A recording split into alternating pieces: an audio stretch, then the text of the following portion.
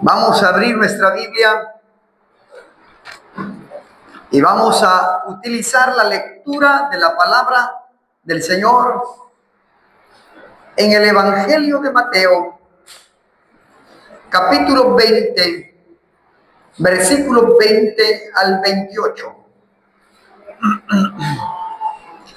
Evangelio según San Mateo, capítulo 20, versículos 20 al 28. Ahí vamos a tener la lectura de la palabra del Señor en esta noche. Cuando usted lo tenga, vamos a leerlo. ¿Ya estamos preparados para leer? Dice la palabra del Señor de la siguiente manera. Dice así: entonces se le acercó la madre de los hijos de Zebedeo con sus hijos, postrándose ante él y pidiéndole algo. Y él le dijo: ¿qué quieres? Ella le dijo: ordena que en tu reino se sienten estos dos hijos míos, el uno a tu derecha y el otro a tu izquierda. Entonces Jesús, respondiendo, dijo: no sabéis lo que pedís. ¿Podéis beber del vaso que yo he de beber y ser bautizados con el bautismo con que yo soy bautizado? Y ellos le dijeron: podemos. Él les dijo: a la verdad, de mi vaso beberéis, y con el bautismo con que yo soy bautizado, seréis bautizados. Pero el sentaros, oiga bien, pero el sentaros a mi derecha y a mi izquierda, no es mío darlo, sino a aquellos para quienes está preparado por mi Padre. Cuando los 10 oyeron esto, se enojaron contra los dos hermanos. Entonces Jesús, llamándolos, dijo: ¿sabéis que los gobernantes se enseñorean de ella y los grandes sobre ellas tienen potestad? Mas entre vosotros no será así, sino el que quiera hacerse grande entre vosotros, dice, será vuestro servidor. Y el que quiera ser el primero entre vosotros, que dice, será vuestro siervo. Como el Hijo del Hombre no vino para ser servido, sino para servir y para dar su vida en rescate por muchos. Pueden sentarse.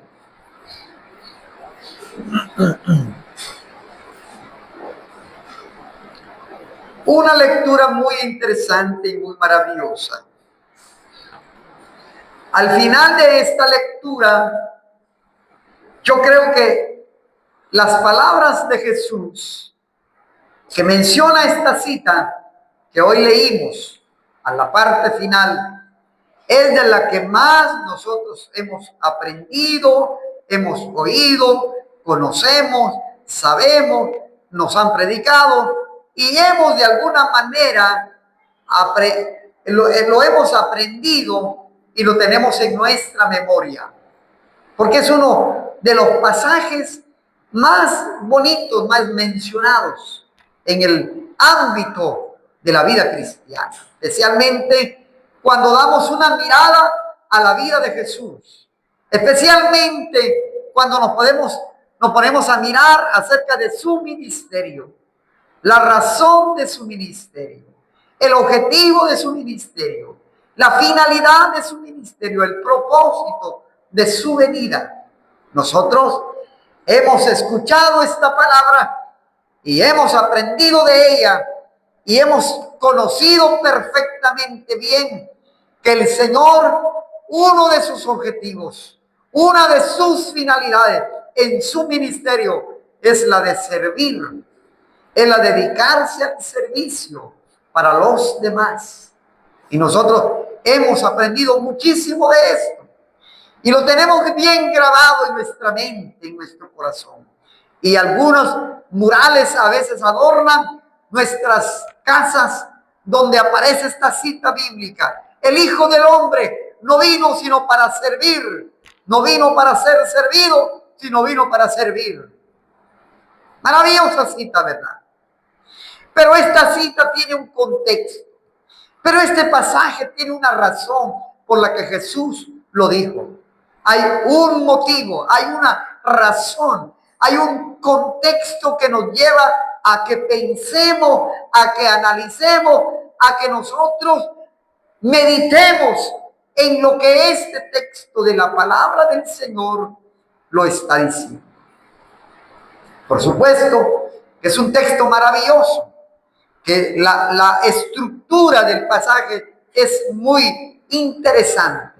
Es lo que significa el pasaje, lo que quiere significar para nuestra vida, sabiendo de que Jesús, como el Maestro, como el Mesías, como el ungido de Dios, vino para servir y no para ser servido. Pues nosotros debemos de seguir su ejemplo. Pues nosotros debemos de también seguir el ejemplo de Jesús. Pero este texto tiene un trasfondo, tiene un contexto. ¿Y cuál es el contexto? Ya va a mirar usted cuál es el contexto. Tan interesante también, porque de alguna manera las palabras de Jesús tienen una razón y un motivo. Dice la escritura, el evangelista de Mateo narra en su escritura y dice: entonces se le acercó la madre de los hijos de Zebedeo con sus hijos, postrándose ante él y pidiéndole algo. La madre de los hijos de Zebedeo. ¿Quién es esta mujer que se le acerca a Jesús? ¿Quién es la madre de Santiago y de Juan? Santiago y Juan son los hijos de Zebedeo. Bueno, ¿dónde lo podemos mirar? Bueno, hay otras citas de las escrituras que pudiéramos mirar para tener esta información. Hay que ir a los textos paralelos, hay que ir a las lecturas paralelas de los evangelios. Marcos capítulo 10, versos 32 al 34 y Lucas capítulo 18, versículo 31 también al 34. Ahí también tenemos algunas referencias, algunas indicaciones. Bueno, sin duda alguna, esta madre, esta mujer se acerca a Jesús con una petición especial. Y vaya a saber usted qué petición especial es. Yo creo que aquí miramos la actitud de una madre que desea lo mejor para sus hijos. Yo creo que aquí miramos la actitud de una madre que quiere los mejores lugares para sus hijos, los mejores puestos de trabajo, los mejores deseos para sus hijos. Aquí hay una madre que está intencionalmente diciéndole a Jesús que cuando Él venga en su reino o cuando Él se siente en su reino, uno de sus hijos se siente a su derecha y el otro se siente a su izquierda, para que cuando Él esté en su reino o cuando Él esté gobernando o cuando Él esté en su trono, puedan sentarse sus hijos, uno a la derecha y otro a la izquierda. Pues no era mal deseo. Pues no era mal deseo. Era un buen deseo, ¿no? ¿Por qué? Porque la intención de esta mujer es que sus hijos estuvieran en un lugar privilegiado. Es que sus hijos estuvieran en el día en que el Señor establezca su reino, su gobierno, estuvieran en un lugar de privilegio. ¿A quién de nosotros no nos gustaría eso? ¿A quién de nosotros no nos agradaría eso? A todos nos gustaría. Pero hay que mirar la razón del sentido del pasaje. Hay que ver un poquito el contexto y hay que regresar un poquito hacia atrás. Jesús, el mensaje, Jesús, su mensaje predominante en todos los evangelios es el mensaje del reino de Dios. Es el mensaje del reino de los cielos. Ese es el centro de su mensaje. Y en ese mensaje del reino de Dios, automáticamente nosotros podemos mirar, analizar, entender que el reino de Dios se está refiriendo cuando Él establezca su gobierno, cuando Él establezca su gobierno en este mundo y domine este mundo y gobierne este mundo y dirija este mundo. Esa es la idea que nosotros manejamos del reino de Dios. Pero el reino de los cielos no solo tiene que ver con gobierno, pero para Jesús el reino de los cielos no solo es el gobierno. Para Jesús el reino de los cielos también significa las buenas noticias de la salvación. Para Jesús el reino de los cielos también significa que aquellos desvalidos, aquellos pobres, aquellos desgraciados, aquellos que están sufriendo en el mundo, aquellos que están pasando por una situación de circunstancias difíciles, también tengan un lugar de honor. El lugar de honor que le debe corresponder a toda persona, a todo ser humano. Miramos las lecturas anteriores. Jesús está hablando de la importancia que deben tener los niños en el reino de los cielos. Los niños ocupan un lugar en el reino de los cielos. La importancia que Jesús también le da a las mujeres en el reino de los cielos. Las mujeres tienen un papel importante en el reino de los cielos. Los seres que realmente están en un lugar que no es un lugar de honor, como los enfermos, los paralíticos, los ciegos, los cojos, los desválidos, los borrachos, las prostitutas, aquellos que tal vez la sociedad ha marginado, aquellos que tal vez la sociedad los ha evadido, los ha puesto a un margen, los ha llevado a otro lugar y no les ha dado el lugar. Jesús dice que Él vino para traer las buenas noticias para todas estas personas que yo estoy mencionando. Los pobres, los enfermos, los que están llenos de pecado, y no solo enfermos físicos, sino enfermos espirituales. El reino de los cielos es más allá, es mucho más de lo que nosotros nos imaginamos. No solo es el gobierno humano, no solo es la estructura de un gobierno humano, no, el reino de los cielos es la bendición que deben tener todos los seres humanos que alcanzan a oír la noticia, el mensaje del evangelio, aquellos que reciben el mensaje del evangelio. Para ellos y para todos es el reino de los cielos. Pues esta mujer, que su nombre es Salomé, que era la esposa de Zebedeo. Y aquí en esta lectura no sabemos si todavía este Zebedeo aún está vivo o ya murió, no sabemos. Pero hay otras citas en la palabra del Señor y en los evangelios que nos dan algunos pequeños detalles. Pero quiero mencionar la intención de la mujer. El nombre de esta mujer es Salomé. Es la mamá de Santiago y de Juan. Ahora, ¿dónde encontramos esta referencia? La encontramos que Salomé es una de las mujeres que van al sepulcro cuando reciben la noticia que Jesús ha resucitado. Es una de las 3 mujeres que acompañan a Jesús en el proceso de la crucifixión. Y cuando Jesús está en la tumba y cuando reciben la noticia que Él ha salido de la tumba y que ahora Él ha resucitado. ¿Quiénes van al sepulcro? Sin duda alguna, María, la madre de Jesús. Sin duda alguna, María Magdalena. Sin duda alguna, también esta otra mujer que se llama Salomé. Pero Salomé, ¿quién era? ¿Qué parentesco tenía con Jesús? Bueno, las biografías de los evangelistas que tenemos, las referencias que tenemos de los evangelios, es que Salomé era hermana de María, la madre de Jesús. En otras palabras, era tía de Jesús. Había un parentesco, había alguna afinidad de parentesco, había cierta familiaridad en la madre de Santiago y de Juan. ¿Y por qué digo esto? Porque Santiago y Juan son también familia de Jesús. Son hermanos de Jesús. Entonces, de alguna manera, esta mujer también había cierto parentesco con Jesús. Y ella se le acerca a Jesús. Lo más interesante en la lectura es que se acerca, dobla sus rodillas, le pide una petición o le hace una petición o le hace una propuesta y le dice: cuando vengas en tu reino, yo quiero que uno de mis hijos se siente a tu derecha y el otro de mis hijos se siente a tu izquierda. Y vean ustedes la respuesta de Jesús. Jesús entonces responde, versículo 22, dijo: no sabéis lo que pedís.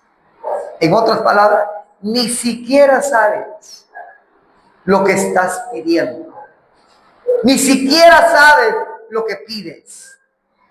Podéis, ahora Jesús hace una pregunta y le dice, sin duda alguna, a los que estaban oyendo y viendo esta escena, le dice: podéis beber del vaso que yo he de beber y ser bautizados con el bautismo en el cual yo soy bautizado.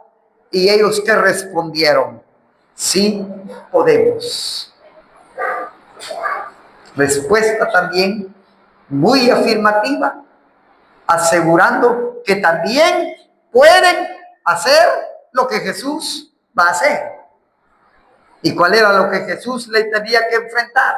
Cuando él dice: podéis beber del vaso que yo voy a beber, podéis ser bautizados del bautismo que el cual yo voy a ser bautizado.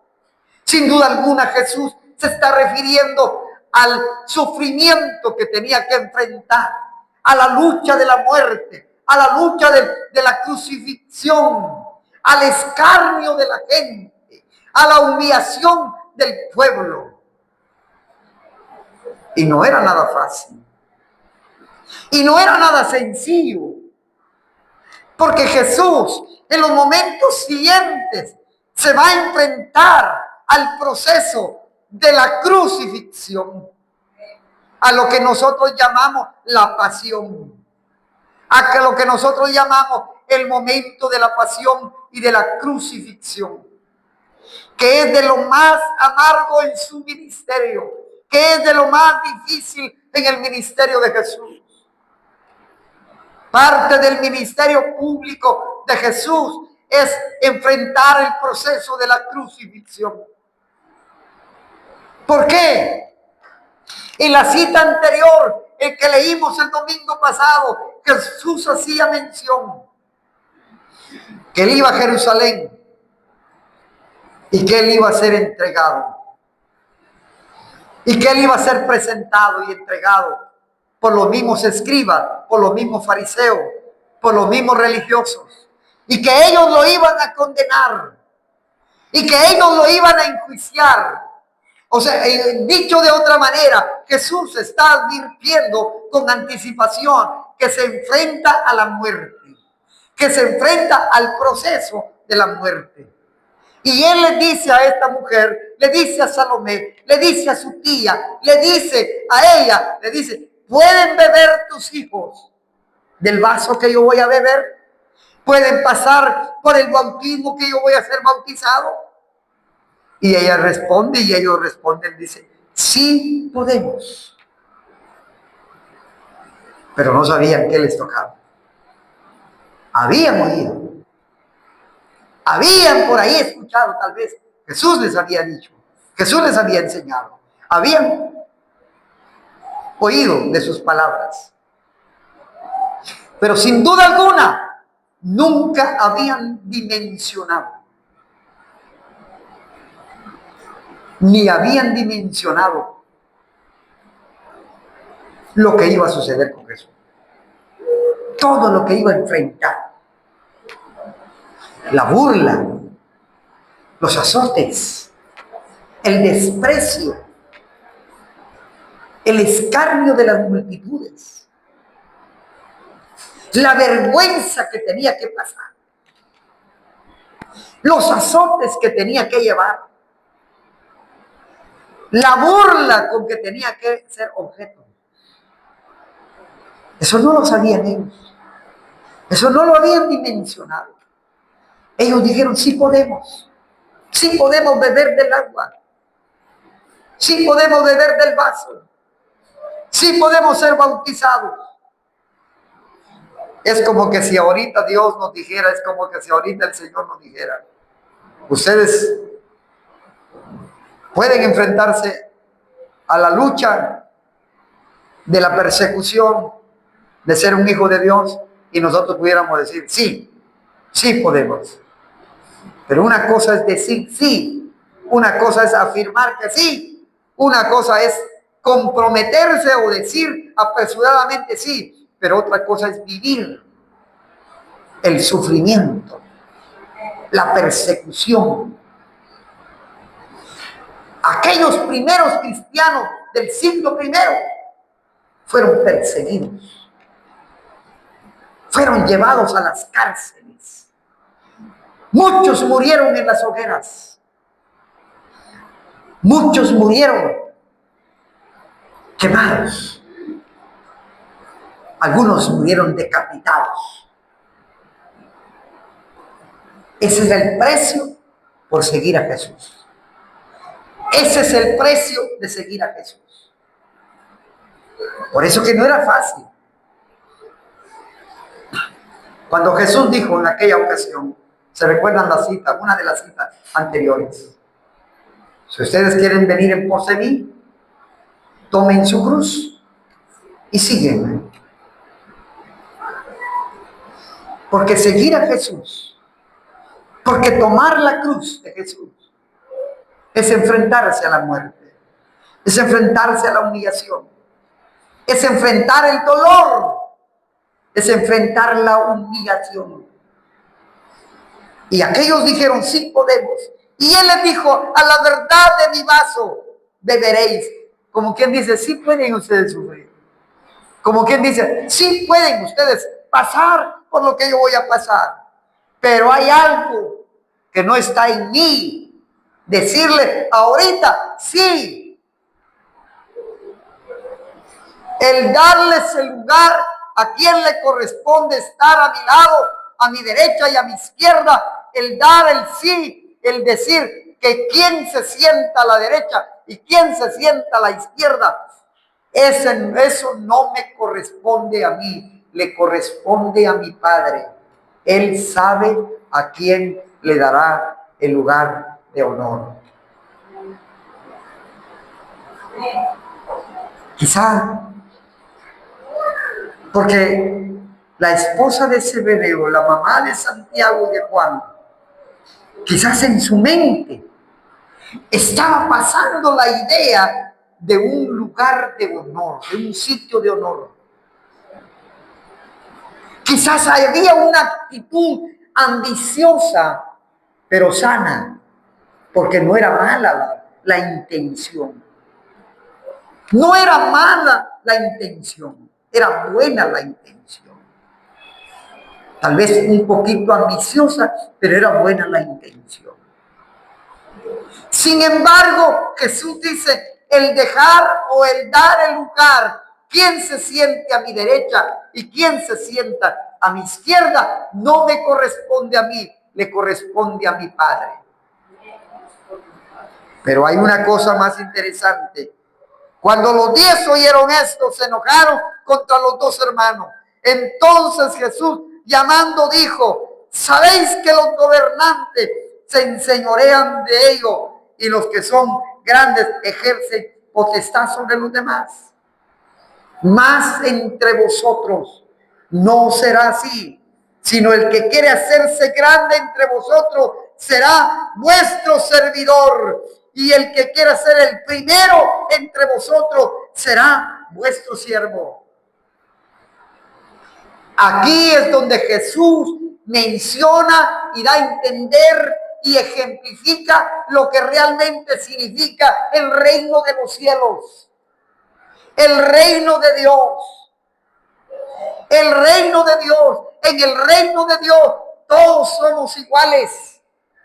Si alguien quiere ser importante en el reino de los cielos, debe primero aprender a servir.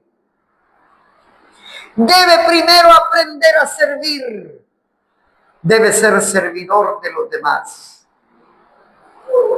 Porque en el reino de Dios no hay estatus, no hay jerarquías. En el reino de Dios no existen las jerarquías, hermano. Ni porque soy pastor, ni porque soy evangelista, ni porque alguien se autodenomine profeta o se autodenomine apóstol, ni porque alguien se autodenomine el más importante. En el reino de los cielos, ninguno está sobre otro. Todos somos iguales. Todos somos servidores. Todos debemos de servir. Porque el Señor nos ha dado el ejemplo. Porque Jesús nos dio el ejemplo. Y el ejemplo que Él manifestó son ejemplos que nos sirven a nosotros de que pongamos atención a los ejemplos que Él nos puso. Vaya qué ejemplos que nos puso el Señor. En una ocasión toma un recipiente de agua, toma una toalla y comienza a lavar los pies a su discípulo. Vaya qué ejemplo de servicio, ¿verdad? En una ocasión también Jesús estaba enseñando acerca de la importancia en el reino de los cielos. ¿Quiénes serán grandes en el reino de los cielos? Y toma un niño y él dice, el que quiere ser grande en el reino de los cielos tiene que hacerse como este niño. En otras palabras, el reino de los cielos se basa en igualdad, en justicia, en misericordia. No hay estatus en el reino de los cielos. La iglesia es la que hace las jerarquías. La iglesia está estructurada de esa forma. Y esa forma estructurada como hoy manejamos la iglesia delante del Señor no es así. Delante del Señor todos somos siervos, todos somos sirvientes. Ninguno es más que otro. Ninguno es más importante, menos si tiene dinero. No es ni por dinero, no es ni por capacidad intelectual, no es ni por capacidad económica, no es por nombre ni por familia. En el reino de Dios, todos somos iguales. No hay libre, dijo el apóstol Pablo, no hay esclavo, no hay quien sea superior a otro. Todos somos iguales en el reino de Dios. Y así debemos de vernos, servidores de los demás. No hay sirvientes, no hay patronos, pero lastimosamente hoy en día la iglesia se mira como un feudalismo, donde hay patrón, donde hay dueños, donde hay oligarcas, donde hay quienes tienen dominio sobre los demás. En el reino de Dios somos iguales a Dios. Eso se basa el reino de Dios. Y eso es la grandeza del reino de Dios.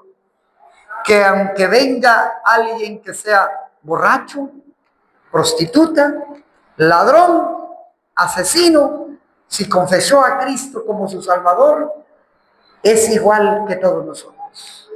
Porque es un perdonado. Por el que es alguien que se le ha perdonado. Y vale igual.